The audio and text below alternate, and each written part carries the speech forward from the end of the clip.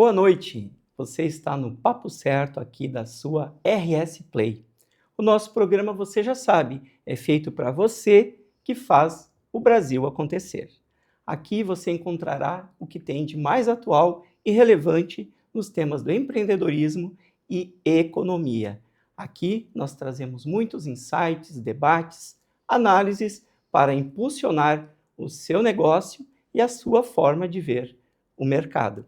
Você pode nos acompanhar através da nossa Claro TV, canal 524, e onde estiver, através do Instagram, papocerto.com.br ou no YouTube do Papo Certo. Bem-vindos!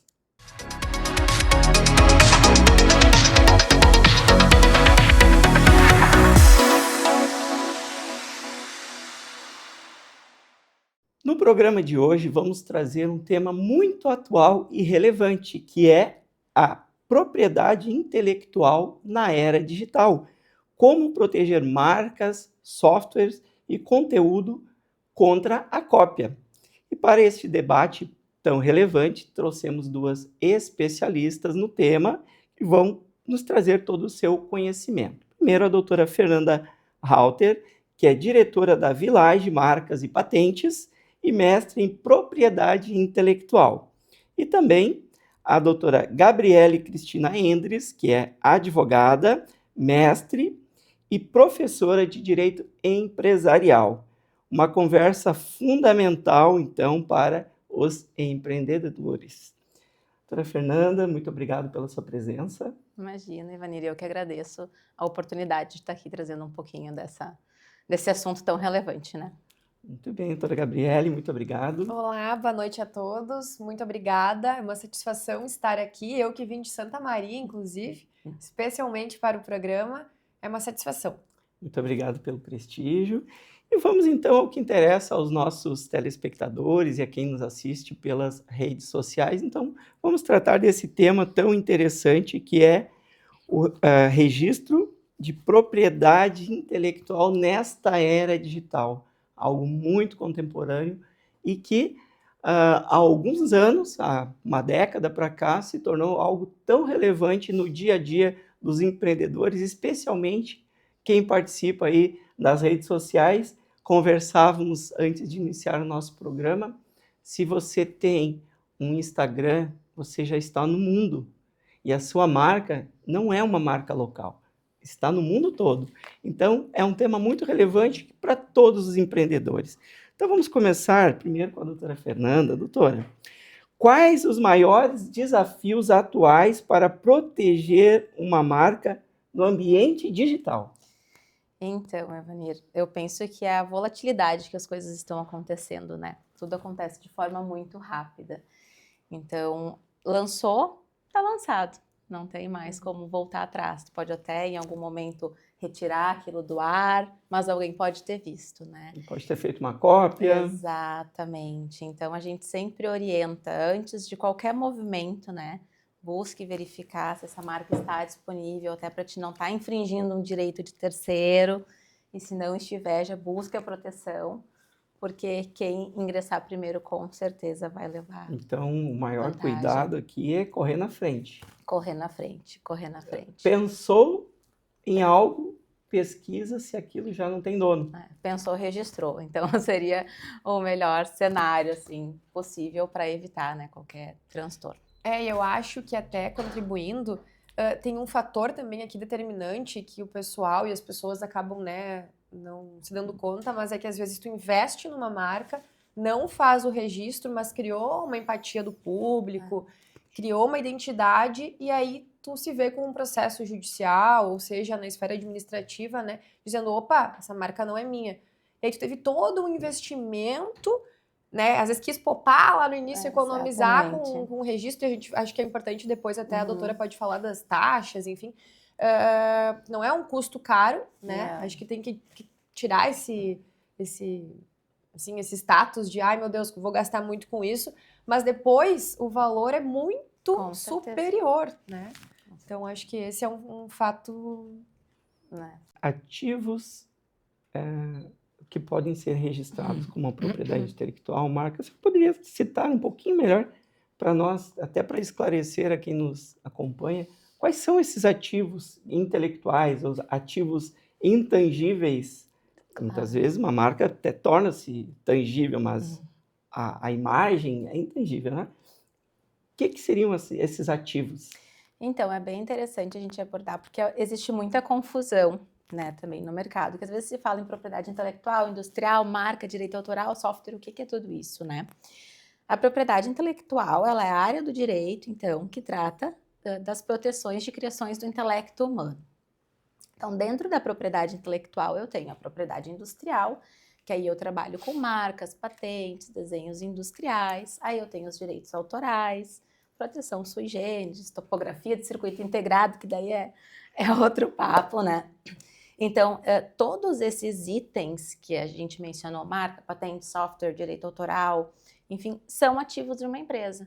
Eles podem ser contabilizados como capital em aberturas de sociedade, tudo, né?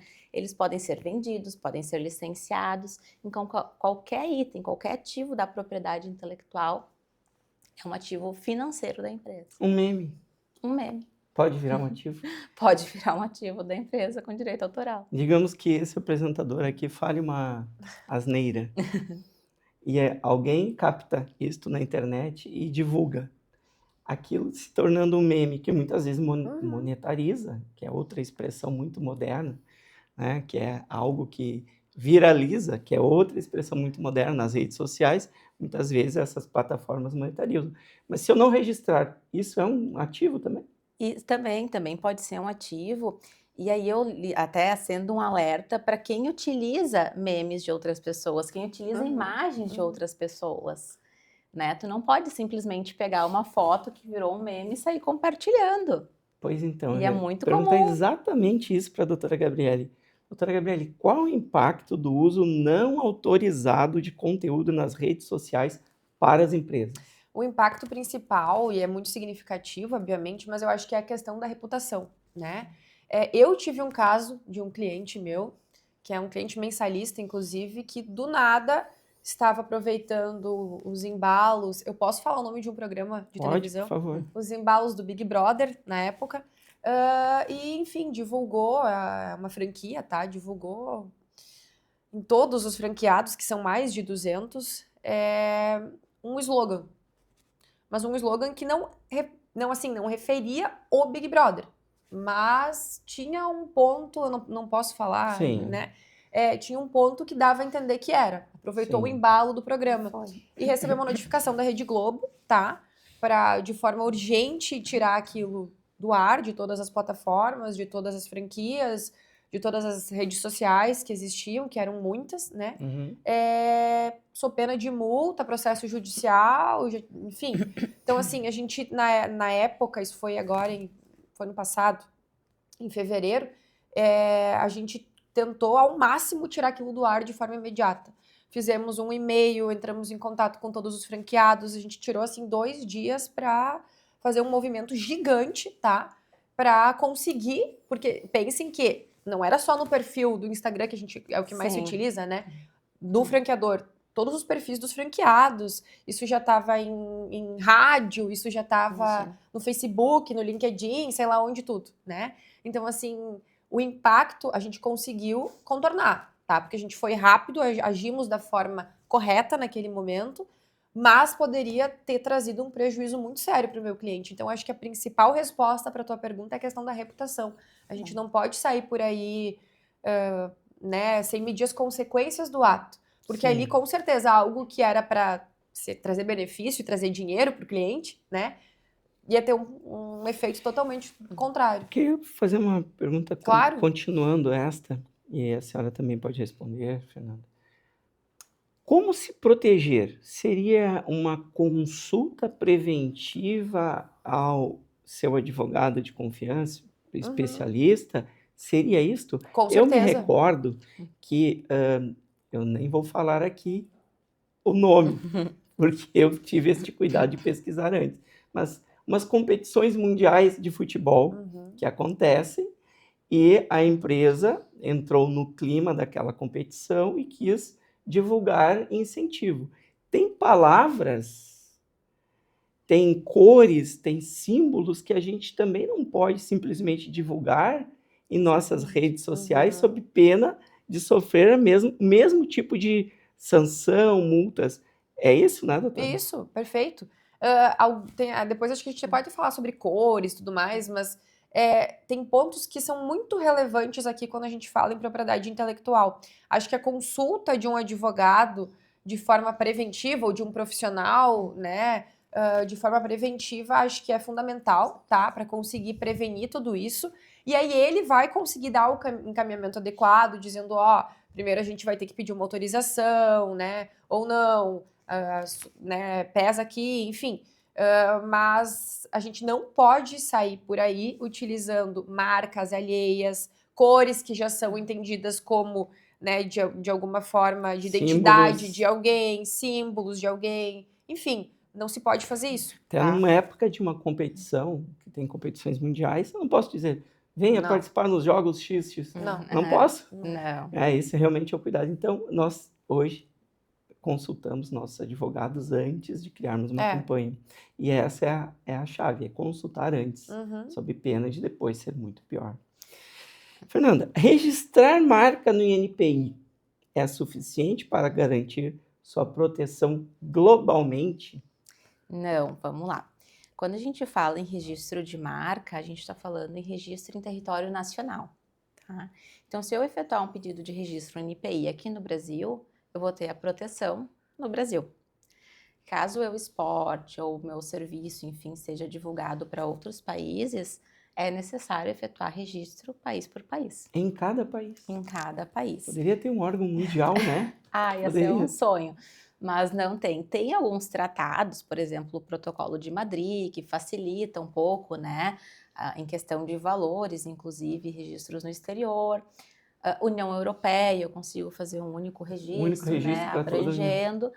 Mas, via de regra, eu tenho que proteger em todo o país que eu almejo utilizar a minha marca. Interessante isso. Eu sou também sócio da Fortus Group. E o nome Fortus, quando a gente pesquisou há 13 anos atrás, 14 anos atrás, ela não era tão conhecida, divulgada e tal. Enfim, temos o registro, naturalmente, da nossa marca. Mas hoje, ao pesquisar, se colocar onde todo mundo coloca no Google o nome Fortus, vem umas 6 páginas de Fortus isso, Fortus aquilo. Nós temos nosso registro nas nossas áreas de atuação, porque isso é importante, abrir também essas áreas de atuação, mas internacionalmente tem muitas Fortus. Sabe que um dos pontos também, o pessoal às vezes acha, eu fiz um registro de uma marca, ninguém mais vai poder usar minha marca em classe nenhuma, atividade nenhuma. Isso também é importante esclarecer. O NPI, que é o órgão que regulamenta, então, essa parte de registros, ele fornece 45 classes para me enquadrar uma marca.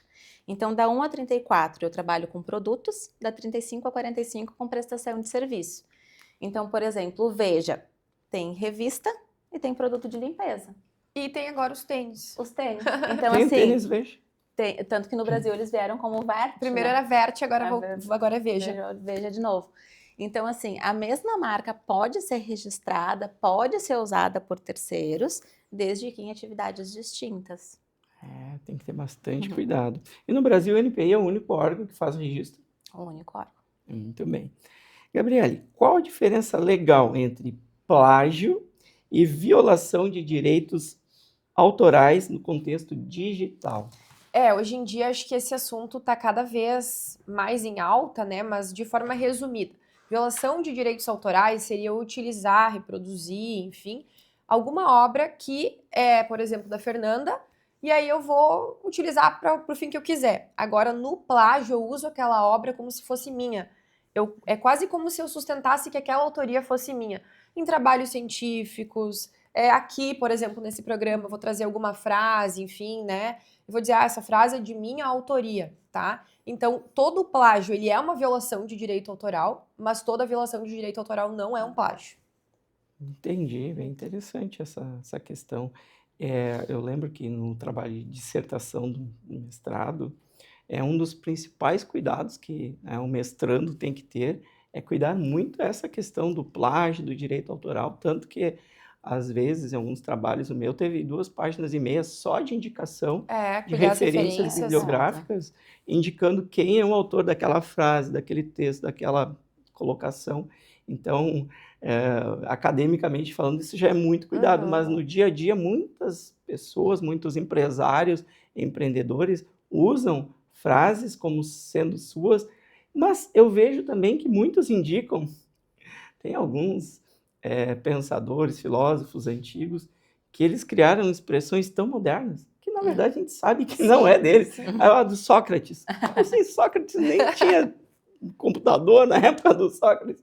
Isso acontece também, né? Coloca lá uma referência que não é a correta, já é um problema também. Mas a questão é justamente essa, é referenciar, é dizer frase tal, ou sei lá, do que, de tal lugar. Claro que aqui a gente tem que ter cuidado, porque em alguns momentos, né, a gente tem que pedir autorização, né? Então não é tudo assim, vou sair usando o que eu quero, principalmente para fins comerciais aqui, Sim. né? Usar slogan, assim, já tem vários processos judiciais de várias empresas grandes, inclusive, que usaram o slogan de algum lugar e não pode, né? Tem que ter uma autorização, tem que ter esse cuidado. Então, claro, num primeiro momento precisa referenciar, né?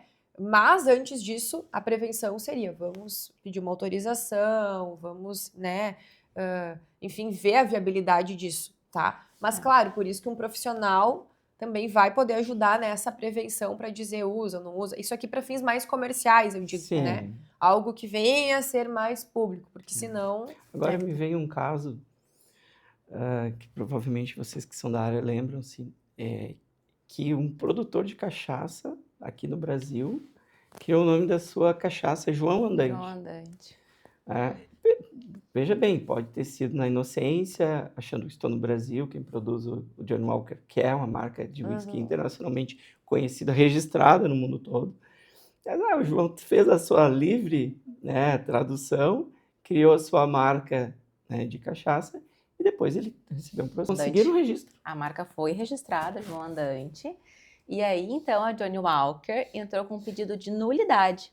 Então eles entraram com o pedido, não houve oposição, o NPI concedeu o direito para eles, então eles receberam o certificado de registro dessa marca, mas no prazo legal a Johnnie Walker entrou então com o pedido e conseguiu anular esse registro deles.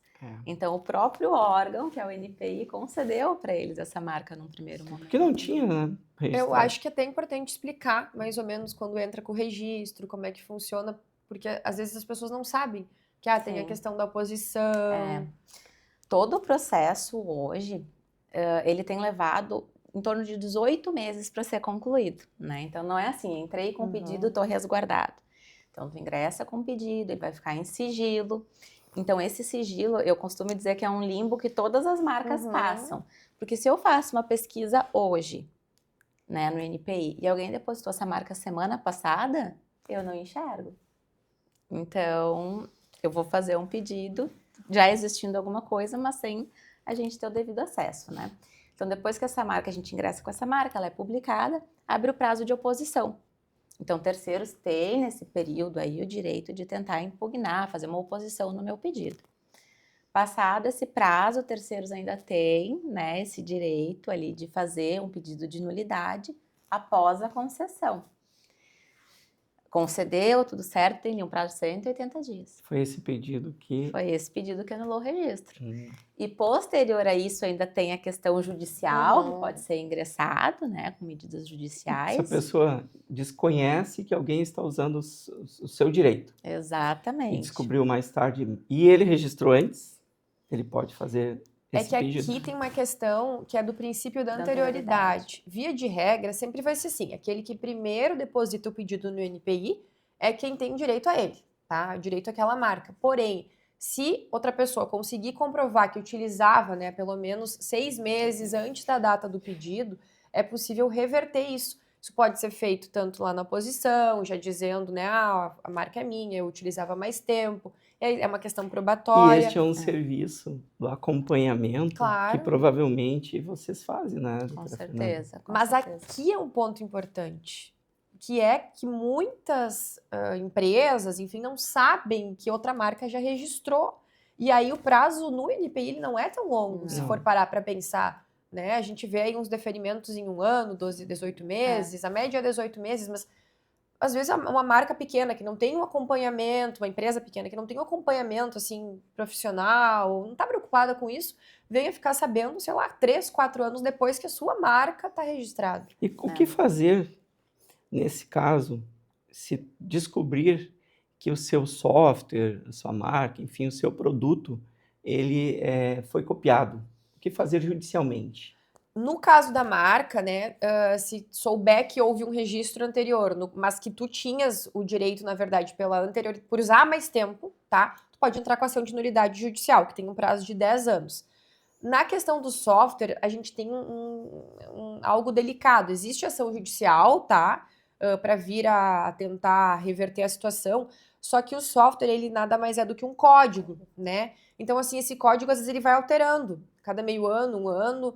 Tem gente que prefere nem fazer o registro desse software, porque ele tem um tempo também de demora, né? Sim. E ele é algo que vai melhorando. Então, o que tu vai registrar é um número, digamos, né? É um código-fonte que vai se alterar. Então, às vezes, a melhor proteção, eu não estou dizendo que não se deve registrar o software, que fique claro que eu não estou dizendo isso, né? Eu acho que precisa de um acompanhamento profissional para se verificar se é caso de registro ou não, mas a principal aqui questão é registrar a sua marca, a sua identidade. É ela quem vai mostrar quem tu és ao mundo, né? Independente do teu código-fonte. Por exemplo, a questão do Uber, né? O Uber, quando começou a existir, enfim, ele teve lá um código-fonte, ele com certeza criou o seu software. Uhum. Depois vieram outros que fizeram a mesma coisa. Temos A gente dezenas tem hoje. vários aplicativos aí que prestam o mesmo serviço, que têm a mesma ideia. Então, assim, eles não têm o mesmo software, eles não têm o mesmo código-fonte que o Uber, né? Uhum. Mas como é que o Uber conseguiu se sobressair? Através da marca, apostando na identidade dele, né? Além, claro, de todo o marketing, mas assim, no primeiro momento, com certeza, apostando na sua marca. Porque uma vez que tu consegue virar referência com a sua marca, existem vários tipos de proteções que vão se dando a partir daí, que vão além do pedido do registro no NPI. Muito A bem, notoriedade, perfeito. né? E é interessante esse ponto que a doutora Gabriele falou da ideia. Muitas pessoas chegam até a Exatamente, era a minha gente. próxima pergunta. A pessoa só teve uma ideia, o que fazer? Porque assim, o pessoal chega, eu quero proteger essa ideia para ninguém mais pedir um carro Exato. por aplicativo. Gente, isso a gente não consegue proteger. A gente protege a materialização dessa ideia. Em alguns casos, através do registro de software, que não vai proteger a ideia. Então, eu protejo a minha marca também para me dar força. Aí, eu protejo o direito autoral do layout desse meu software. Então, todos os iconezinhos que a Uber tem ali, aqueles bonequinhos, assim como o Waze, toda aquela interface, toda aquela cara que o aplicativo tem é protegido, né? Então, tem algumas formas de fazer essa proteção, mas nem toda ideia é passível de uma proteção que te dê exclusividade, como é o caso da Uber. Então, eles tiveram a ideia, lançaram, mas eles não tiveram exclusividade daquela ideia. Porque isso não existe, a gente trabalha com o livre mercado, livre concorrência, então a gente não pode ter um monopólio para dizer, essa ideia é minha, uma ideia nesse sentido, né? Essa ideia é minha, ninguém mais vai utilizar. Claro que a gente tem as exceções de patente, mas a gente nem tá falando nisso agora, né? Então, assim, a ideia é livre mercado, livre concorrência, mesmo que alguém tenha uma ideia, se não tiver uma patente aqui envolvida, eu vou poder seguir e daqui a pouco, até porque não, quem está seguindo com a ideia vai superar o seu fundador, digamos assim, infelizmente, se aquele fundador não apostar em cuidados de propriedade intelectual. Eu tive um caso, infelizmente, de um cliente que teve uma ideia fantástica, criou um produto, mas no caso dele precisaria, na época, de um investimento muito relevante para a época, não teve essa condição. 2, 3 anos depois surgiu a mesma ideia de uma empresa multinacional que hoje domina o mercado mundial naquela área. Mas infelizmente foi um momento assim que não foi propício e perdeu o cavalo encilhado, né? Até hoje é lamentável o que aconteceu, mas é isso. O que se pode fazer também, né, para quem, por exemplo, não, e aí falando mais de patente, mas quem não tem, às vezes, algum valor, né, para investir, mas assim, eu acho que a Fernanda depois pode falar, não são valores elevados, Não. acho que a gente tem que, né, tirar isso da frente, mas num dado momento, e de forma imediata, assim, pelo menos, faz uma carta, sabe? Descreve ali a tua patente, digamos assim, fecha ela e leva lá para... Isso até foi um professor na Pode época fazer isso? Pode. Pelo menos para assim, ó, isso não vai te dar proteção Sim, total, né? Porque a sim. proteção total ela se dá a partir dos registros, Sim. né? Mas vai lá, faz aquele uma ata notarial ali, faz um Chancel. carimbo ali, autenticado, enfim, fechadinho, tá? Que qualquer coisa um dia, pelo menos alguma coisa tu vai ter, melhor do que nada. Sim. Espero que ninguém use isso, porque realmente é algo frágil, digamos Sim, assim, perto mas de uma proteção. já é Mas, alguma coisa. não, viu o investimento, não quero, não dá, bom, pelo menos tenta fazer alguma coisa. Sim. E é interessante, assim, porque quando eu lanço um produto no mercado, né, eu lancei, qualquer terceiro pode ir lá fazer a cópia, enfim, né? Mas é interessante, se eu participo de uma feira, se eu participo de algo, Perfeito. documentar isso, para mim ter isso como a data também. Perfeito. Porque eu tenho um pedido de período de graça, que a gente fala, de 12 meses. Então, eu lancei o produto, eu posso usar meu período de graça de 12 meses para fazer essa proteção. Então, quando eu fizer a proteção, eu digo, olha, esse produto já foi, né, lançado nesse tempo, e essa anterioridade é minha, sou eu quem fiz isso, né? Então é importante aproveitar esse momento. Exato. Fotografias dos eventos que participou, enfim, qualquer coisa. Até eu tive também um caso, e aí lembrando, de uma cliente que a gente conseguiu provar que ela usava mais tempo por meio da página do Instagram e do Facebook dela. Instagram, Posts Facebook. antigos, né? Que tinha lá a data, o ano, tudo certinho, o produto, o lugar, a exposição. E a gente comprovou que Conseguiu ela se defender. utilizava mais tempo do que aquele pedido. O processo teve que mudar seu nome, né? Então, doutora Gabriele, como a Lei Geral de Proteção de Dados se relaciona com a proteção da propriedade intelectual? Elas são muito relacionadas, né, hoje em dia. Até LGPD não é minha área de expertise. Meu colega Lucas Ávila esteve aqui há uns 2 programas ou um programa atrás. Ele é o especialista em LGPD, sabe tudo. Mas as áreas se relacionam porque, inclusive, uma base de dados, né, ela pode vir a ser o ativo de uma empresa, tá? Então, assim, a gente trabalha muito em contratos, por exemplo, né, de startups, em que, uma vez que se presta um determinado serviço ou que se vende um produto, aquele serviço ou aquele produto, ele gera uma base de dados. Normalmente a gente já coloca até nos contratos que aqueles dados tem que ter sempre o consentimento, que é algo muito importante pensando em LGPD, né?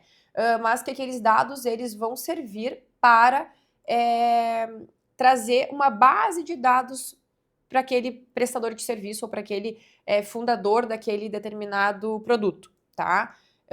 E aí precisa daquele consentimento naquele contrato, e aí com isso, às vezes eu vou ter ali uma base de dados e alguns dados, não só aqui nome, CPF, nem é esse tipo de dado que eu tô falando, dados sensíveis, né, da propriedade intelectual, mas outros tipos de dados que eu vou ter ali, sei lá, de uma base rural da propriedade, né, alguma questão química, não sei, né, que eu vou ter a partir daquilo que vão gerar uma base para o fundador ou para o criador daquela ideia, daquela expertise, daquele know-how, e que ele vai poder replicar aquilo em outros produtos, em outros serviços. Então, existe uma intersecção aqui muito grande, né, da propriedade intelectual com a LGPD. Por isso que, inclusive, é importantíssimo a gente conseguir amarrar as duas coisas em contratos quando a gente fala das duas coisas. Muito bem. Doutora Fernanda, explica para nós um pouquinho da importância do nome de domínio e a sua relação com o registro de marcas. O que seria esse nome de domínio? Perfeito. Esse também é um outro ponto que o pessoal acaba, às vezes, confundindo quando a gente fala em razão social, feito o registro na junta, através do escritório de contabilidade, que protege o nome social da empresa, razão social no Estado. Registro de domínio é o www, é o nome do meu site, que é feito no registro BR, em alguns outros sistemas. E aí a gente tem o registro de marca, que é feito no NPI. São coisas distintas. Ou seja, se eu fundei a minha empresa com uma razão social, eu não protegi a minha marca. Se eu tenho um domínio registrado, eu não protegi a minha marca. Nessa briga, né, de quem teria o direito, seria o detentor da marca. Porque tu pode ter a razão social, outra pessoa pode ter o domínio.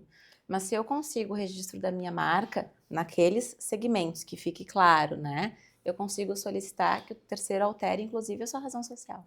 Então, o segmento é preponderante. Com certeza, com certeza. E, doutora, posso registrar uma marca que não faz parte do meu objeto social da minha empresa?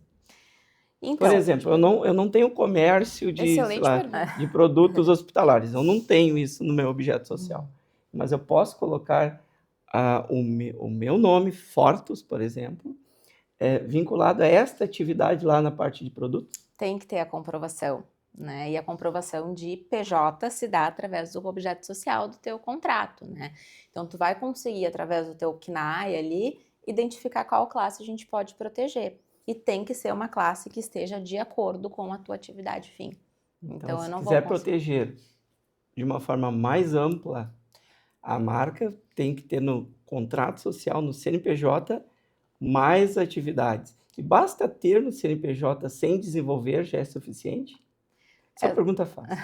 É suficiente para ingressar com o pedido, né? Sim. Mas a partir do 5º ano de concessão, se um terceiro pedir a caducidade do teu registro, tu tem que comprovar o uso.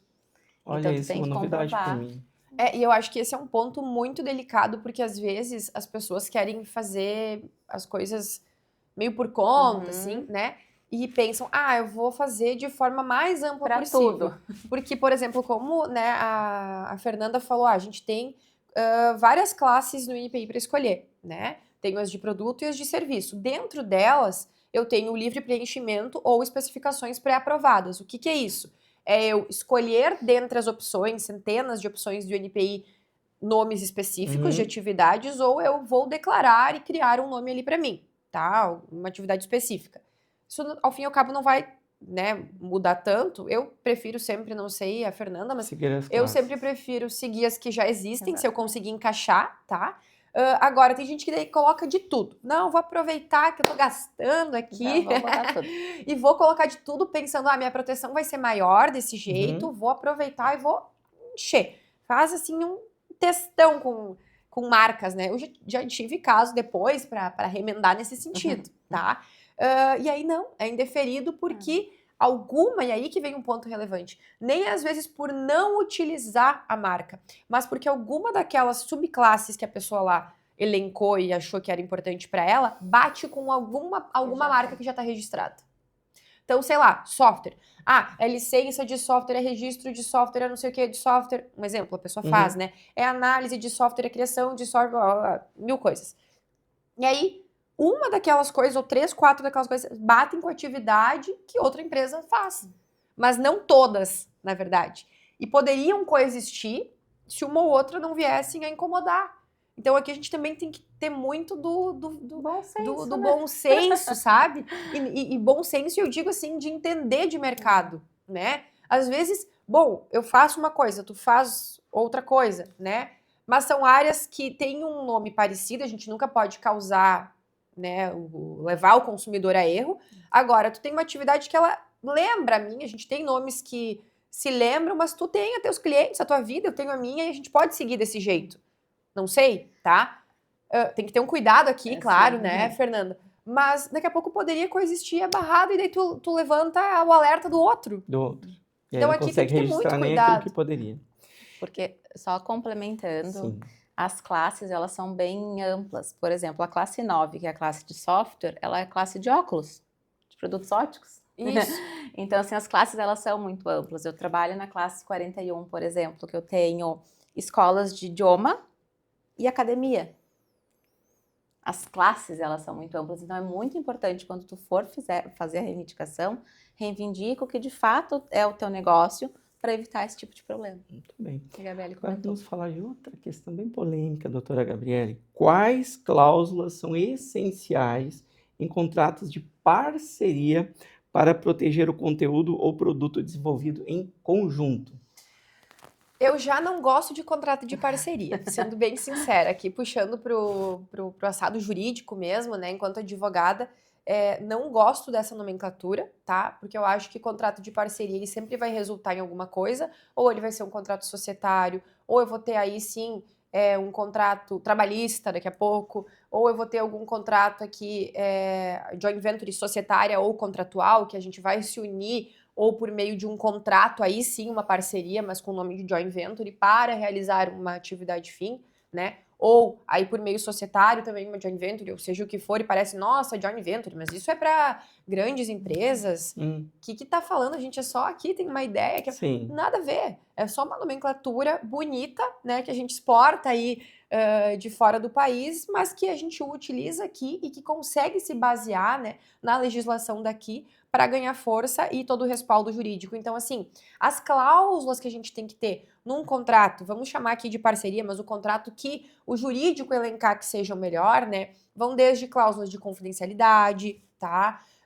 Cláusulas de concorrência ou não concorrência, né? Para entender, tá? Como é que vai se dar isso? Tu vai poder ter uma atividade paralela à nossa? Não, né? Aqui tem que ter um cuidado, dever de lealdade, quebra de lealdade pode gerar uma quebra de um contrato, né? Dependendo do vínculo que se dá a esse contrato, num contrato societário, sim. Como é que vai ser a apuração de haveres desse contrato, tá? Dessas partes, como é que vai se dar os lucros disso. Então, assim, a ideia é minha, né? A Fernanda vai entrar com o dinheiro. A gente vai lá e desenvolve. Isso acontece muito nas startups hoje em dia, né? Que a gente vê, um teve uma ideia linda, o outro vai lá colocar um dinheiro e a gente tá se amando. É só amor e vamos lá. Nem fazem contrato, às vezes ficam só no boca a boca, tá? E aí deixam as coisas, de repente as coisas não andam, porque às vezes as coisas não andam como a gente espera, e sobretudo no início, né? A maioria das empresas, se não quase todas, elas têm dificuldade, né? Principalmente em escalar o negócio, em fazer o capital girar, as coisas acontecerem. Então, assim, é fundamental ter um contrato para que se coloque até como é que vai se dar essa relação, no sentido de, já tive vários casos do tipo, a Fernanda entrou com o dinheiro, mas aí ela, sei lá, aportou 20 mil, um exemplo. Ela não quis aportar mais, ela prometeu aqueles 20. Aí aquele sócio que trouxe a ideia, ele diz, mas tu tem que ficar colocando dinheiro, a gente precisa. E não querem pegar investimento externo às vezes, né? Ou por vezes aquele que tá mais trabalhando, e aí, em contrapartida, né? Aquele que tá trabalhando no negócio começa, mas na verdade eu não posso ficar trabalhando nesse negócio. E a Fernanda como se cobrasse, né? Eu coloquei o dinheiro, tu tem que trabalhar agora pela empresa. Mas a empresa não tá dando lucro, não tá dando receita, eu também preciso me sustentar. Então aí começam os conflitos. Então, assim, um contrato, para ele ser bem amarrado, a gente precisa entender primeiro, assim, qual que é a ideia das partes que vão desenvolver esse contrato, tá? É uma relação societária? É uma relação de colaboração por um determinado período? Não é? Como é que vai se dar? E aí são as cláusulas de confidencialidade, respondendo mais especificamente a tua pergunta, né? Não concorrência, questão da distribuição de lucros, se vai ter trabalho, como é que vai ser, para quem vai ser essa ideia, de quem vai ser a ideia ao final, se a propriedade intelectual vai ser de um, de outro, compartilhada, né? Como é que vão se dar os frutos dessa ideia. Enfim, acho que essas seriam as cláusulas mais relevantes. O combinado não sai caro, né? O combinado não sai caro, Mais perfeito. uma vez aqui destacada a relevância da prevenção. Com certeza. Consultar advogado, especialista. Não pegar o modelo padrão junta comercial. Jamais. E fazer o registro daquela marca, aquele serviço e sair trabalhando. Depois pode gerar muito mais problemas. Se quer criar uma empresa direto na junta comercial, ok, só faz então um acordo de sócios para regular. Se vai se usar um modelo padrão, é bem provável que é mais difícil essa pessoa buscar um advogado para outras questões, né? Vamos falar um pouquinho agora com a doutora Fernanda sobre marcas de alto renome. O que elas são e como se diferenciam das marcas comuns, né, em termos de proteção. Perfeito. Nós comentamos aqui antes da questão da classificação das marcas, né? Que existem 45 classes, da 1 a 34, da 35 a 45. As marcas de alto renome, elas não precisam fazer registro em todas as classes, mas elas têm proteção em todas as classes. Então, a marca de alto renome, ela atingiu um patamar de reconhecimento que ela consegue, através de um pedido de alto renome, obter exclusividade em todas as classes. Então, por exemplo, não vai ter outro McDonald's que não seja o McDonald's. Não vai ter outra Coca-Cola que não seja a Coca-Cola. Mas não é basicamente eu entrei hoje com o meu pedido e vou pedir o autorrenome, né? Eu tenho que fazer uma série de comprovações, de solicitações, né? Eu tenho que iniciar um processo de obtenção de autorrenome. Então, é essa a diferença das marcas de autorrenome. Elas têm proteção nas 45 classes do NPI, mesmo sem registro em todas. Gabriele, como funciona o processo de notificação e retirada de um conteúdo ilegal em plataformas aí como YouTube, Instagram? A gente tem, né, o Marco Civil da Internet, que traz uma série de especificidades e vem a inovar isso, porque querendo ou não, a lei ela precisa acompanhar os movimentos da globalização, né, e da era digital que a gente tem. Então, assim, o ideal é notificar, tá? Porque é só a partir da notificação que, inclusive, eu consigo responsabilizar a empresa, né? Aí ela não retirou do ar, não deu jeito, né? Aí sim eu consigo vir a buscar uma responsabilização, mas se exige essa notificação. E é importante dizer que, via de regra, essas empresas digitais, né, elas não são responsáveis pelo... E isso o Marco Civil da Internet traz, tá? Elas não são responsáveis por tudo aquilo que terceiros venham a colocar na plataforma, porque é meio impossível conseguir controlar, né? Vejam o YouTube, ou sei, várias coisas, claro, aqui sempre pensando no bom senso, obviamente, né? Então, assim, eu preciso notificar a empresa responsável por aquilo, pedir para que ela dê um jeito para que ela retire. Se não houver essa resposta, às vezes eu tenho canais de comunicação na própria plataforma, né? Mas se não houver a resposta, aí é só via judicial, né? Não vai ter outro jeito. Mas, inclusive, eu posso buscar a responsabilização daquela empresa que não fez o que deveria fazer. O Mercado Livre, inclusive, ele fez uma mudança agora recentemente que para anúncios tem que mandar o certificado de registro de marca. Olha aí, hein? Tem vários... Eu já tive um cliente também que trabalha com B2B, uma plataforma, estilo Mercado Livre, mas é outro nome, que trabalha com B2B e eles tinham todo um cuidado de, tipo, ter que dar o CNPJ, o registro da marca, trazer o rol de produtos.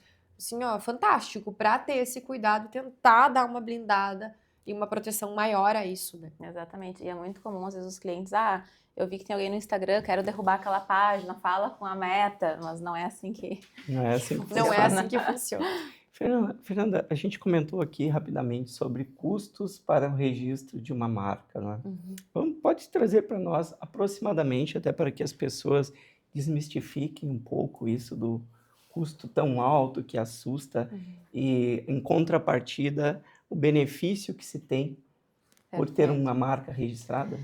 Então, eu costumo dizer que o investimento, né, de registro de marca é menos que um cafezinho por dia. É menos que uma pizza de final de semana. Por quê, gente? A marca ela vale por 10 anos. Então, se tu for dividir o valor que tu vai investir por 10 anos, é nada. Recentemente, o NPI teve um aumento de até 49% em algumas taxas, então aumentou um pouco. Mas falando em taxa federal, hoje o encaminhamento de uma marca é R$ 440 se for micro e pequena a taxa do NPI. Aumentou bastante, era 140. Era 100, Então, teve esse aumento, né? E depois a concessão, se eu não me engano, está em 800 e alguma coisa, né, de taxa federal. Aí, claro, tem os honorários da empresa que vai te auxiliar com isso. Mas o NPI, por exemplo, ele não cobra mensalidade de marca, não tem anuidade de marca. Então, não é uma coisa que tu vai pagar pelo resto da tua vida, uma mensalidade ou uma anuidade para manter. E é isso que, às vezes, o empreendedor pensa, o empresário pensa. Mas não, ele vai pagar o que ele for de fato executar no órgão, né? Aí depois, em 10 anos, sim. De 10 né? em 10 tem a renovação. De 10 em 10 tem que pagar uma taxa de renovação. Por isso é importante acompanhar essa renovação Mas o também. processo não é caro. Pensando no malefício ou no benefício que pode gerar, né, o não registro, acho que assim, não se pensa duas vezes, precisa registrar. Eu tive o caso de um cliente também que investiu, por isso que até eu trouxe esse, né, no início da nossa conversa. Eu tive o caso de um cliente que investiu muito em marketing, abriu várias unidades em vários lugares aqui do estado, tá? E, de repente, ele viu que existia uma marca similar a dele, que ele não tinha se dado conta. E aí ele tinha investido um horror, gastou, tipo, muito até com a pessoa que desenvolveu a marca, que desenvolveu todo o estudo ali, que fez todo um cenário. levou tudo a efeito e aí teve que dar uns passos para trás, respirar fundo, procurar outra marca, trocar. Só que assim, o mercado, isso é horrível pro mercado. Sim. E aí o que tu fez, na verdade? Tu fez valor ao teu concorrente. Exatamente. Queria falar sobre isso. A utilização de músicas em lives, vídeos de empresas, requer pagamento de direito autoral? E como regularizar essa situação? Tem que ter muito cuidado com isso, tá? Quem faz a arrecadação é o ECAD, que é o órgão responsável por isso, né? Mas o que a gente vê, inclusive no próprio Instagram, para quem tem Instagram mais profissional, né? É possível ver que a gente não consegue colocar músicas de artistas famosos, né? Músicas conhecidas. A gente tem lá umas musiquinhas O que são próprio livres de Instagram royalties, que a sugere. gente chama, que o próprio Instagram sugere, e que tem essa nomenclatura livres de royalties, porque aí tu pode usar. Agora, tu utilizar músicas, até em barzinho, restaurante, pizzaria, tem que ter um cuidado, né? Porque tem ali um direito autoral por trás, né? Os direitos de quem desenvolveu a música, e aí também tem que ter cuidado para quem vai cantar uma música, assim, em um show, né? Algo mais. Sempre que, claro, a gente tem que ter o bom senso, né? Não vou, né, cantando em casa para minha família, no aniversário, sei lá. Acho que tem que ter um bom senso. Mas agora eu vou fazer um show lá numa cidade levando a música de outra pessoa. Tem que pedir uma autorização, né? Tem que ter esse cuidado. Então, acho que é isso, assim. Fernanda, um slogan ou um jingle para ser utilizado, ele também necessita dessa autorização Sim, vamos lá. ou registro? Teve uma mudança também esse ano no INPI, que antes marcas que fossem caracterizadas como slogan, como expressão de propaganda, não eram passíveis de registro. Então, hoje o INPI mudou isso, então slogans podem ser registrados como marca, desde que tenham caráter distintivo, não seja puramente comercial, né? Tipo, ou melhor, não sei o quê. Então, tem que ter uma distintividade, ele tem que ser acompanhado da marca-mãe, digamos assim. Isso como marca. Mas também é possível registrar slogans e jingles como direito autoral. E aí vai desde a parte da letra, assim como a música, a sonoridade, tudo isso pode ser protegido. Me lembrei de um caso de narradores, né, de futebol, especialmente, né, que eles têm os bordões ou jargões. Isso também se registra, né? Também se registra como direito autoral. Bem interessante isso. E, Gabriele, quando o empregado cria um programa dentro da empresa, de quem é a propriedade intelectual deste produto? Via de regra do empregador, tá? Claro que aqui a gente tem que ter um cuidado, e isso acho que é mais sério do que até aparenta, tá? É uma questão muito polêmica. Assim, a regra é do empregador, tá? Agora, eu tenho que ter cuidado sobre os contratos que eu venho a desenvolver com esse empregado, né? Se existe um contrato, se não existe, a forma que vai se dar isso. Então, assim, prevenção jurídica, tá? A regra é do empregador. Foi desenvolvido no ambiente de trabalho, é do empregador. Agora, sei lá, foi uma ideia que o empregado trouxe de casa, né? Diferente. Ele teve a ideia e ele vem a desenvolver ali em conjunto com o empregador. Veja que nesse meu caso, a ideia não vem do ambiente de trabalho, não é o empregado sendo contratado para algo, né? É o empregado trazendo uma ideia de fora. Aqui eu preciso ter cuidado. Mas é muito sutil isso, doutora. Sutil. Eu vou lhe dizer. É sutil. Eu já tive alguns insights no banho. Quem nunca? Sim. E trago para a empresa.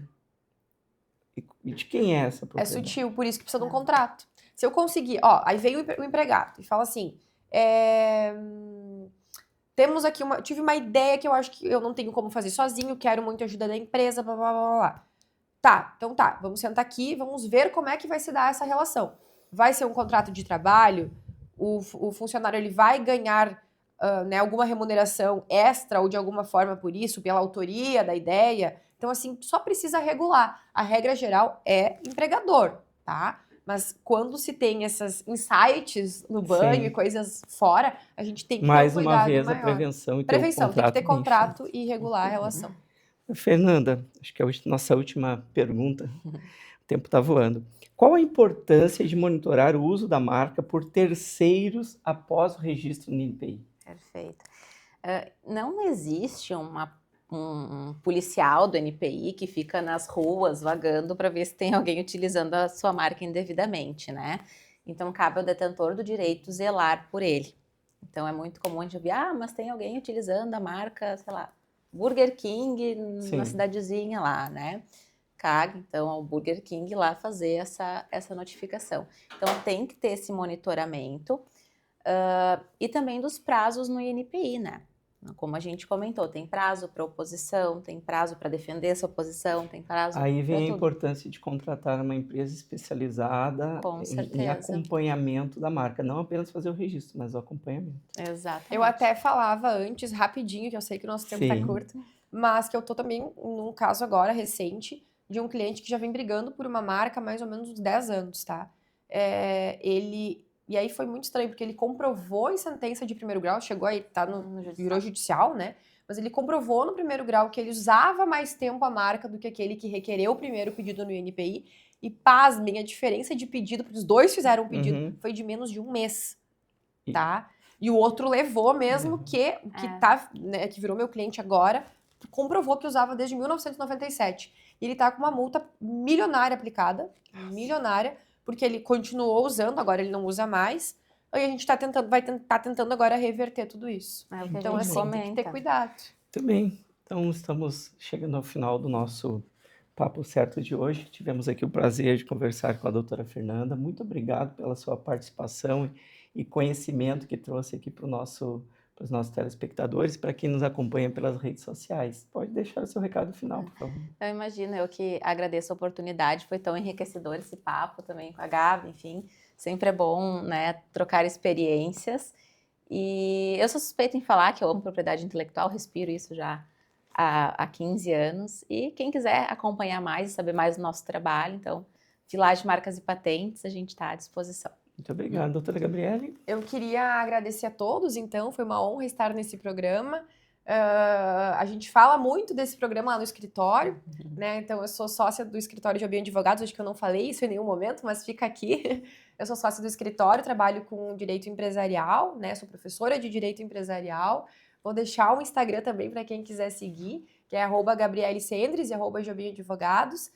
Enfim, a gente tem uma forte atuação aí, buscando proteção das empresas, né, tanto na propriedade intelectual quanto em outras áreas do direito empresarial. Então, foi uma honra, Fernanda, te conhecer e obrigada também pelo papo aqui. Muito bem, muito obrigado. Estamos chegando ao final deste nosso Papo Certo de hoje. Esperamos ter trazido aí conhecimento para os nossos empreendedores. Agradecemos as nossas convidadas e não percam, na próxima semana teremos o tema O Preço do Silêncio, a importância de planejar a contribuição previdenciária. Até lá!